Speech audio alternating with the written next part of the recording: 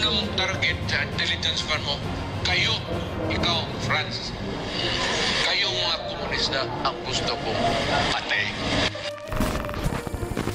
Talagang na-shock po ako dun sa ginawang threat ni dating Presidente Rodrigo Duterte sa aking buhay. Parang dobling sakit, lalo na sa panahon na ako ay kasalukuyang nagdadalamhati sa pagkamatay ng aking tatay. Doon niya pa talaga pinagbantaan yung aking buhay. Yung sinabi niyang itong si Franz ay gusto kong patayin. Hindi mo pwedeng sabihin na expression, the figure of speech lang ito, gusto niya raw akong patayin. So, yun yung doon ako natakot.